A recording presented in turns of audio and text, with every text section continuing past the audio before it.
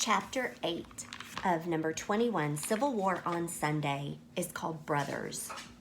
Clara Barton had turned the wagon around. She helped Jack and Annie lift the drummer boy into the back. The soldiers said he has heat stroke, Annie told Clara. His name is John. The boy lay down next to the sleeping Confederate soldier. He does have heat stroke, Clara said. The other boy also has a high fever. We must get them to the hospital at once. Can you two stay in the back of the wagon and do as I tell you? Sure, said Jack and Annie. Clara dampened 2 clean cloths with water from Jack's canteen. So think about the word dampened and what that might mean. Gently press these cloths against their faces to help them cool off, she said. She gave the cloths to Jack and Annie. Then she went to the front of the wagon and climbed in. The wagon started forward. Jack and Annie gently patted the soldiers' faces with the damp cloths. Jack looked at the young men lying side by side. The two seemed far more alike than they did different. In another time and place, they might have been friends, Jack was thinking. Finally, the wagon arrived at the field hospital. The Confederate soldier was put on a stretcher and carried to a tent. 2 soldiers wearing bandages put the drummer boy on a stretcher.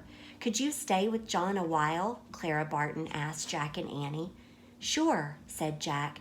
Try to get his fever down, Clara said. A nurse will give you ice packs to press against his skin. Come find me when his fever is lower. The drummer boy was carried into an empty tent while Jack and Annie followed. John was put on a cot. Then a nurse brought some rags and a bucket filled with ice. Jack and Annie were left alone with the boy. Jack wrapped some ice in a rag. He pressed the ice pack against the boy's head, neck, and arms.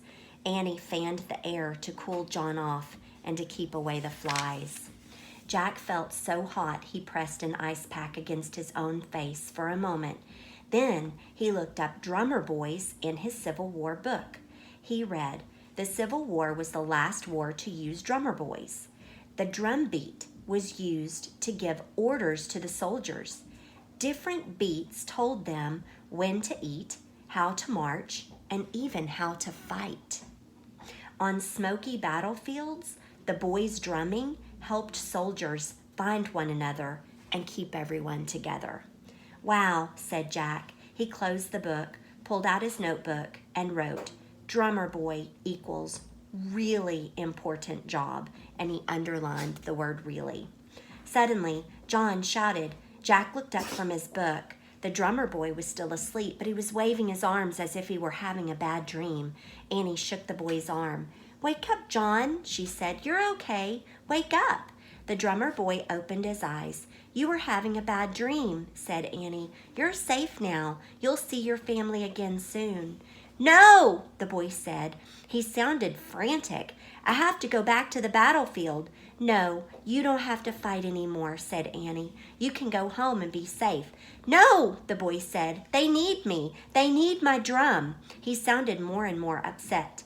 Jack thought about their list. Put your own feelings aside, he remembered. Okay, John, said Jack. You can go back as soon as you feel better. Jack, said Annie. He'll get hurt or killed. I'm scared for him. Me too, Jack said softly, but we have to put our own feelings aside. That's one of the things on our list.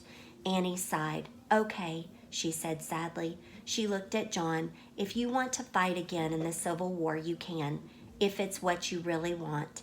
Thank you, the boy whispered. You know, you're the bravest kid I think I've ever met, said Jack.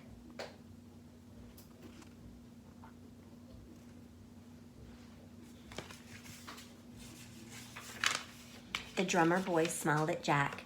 You look just like my little brother, he said hoarsely.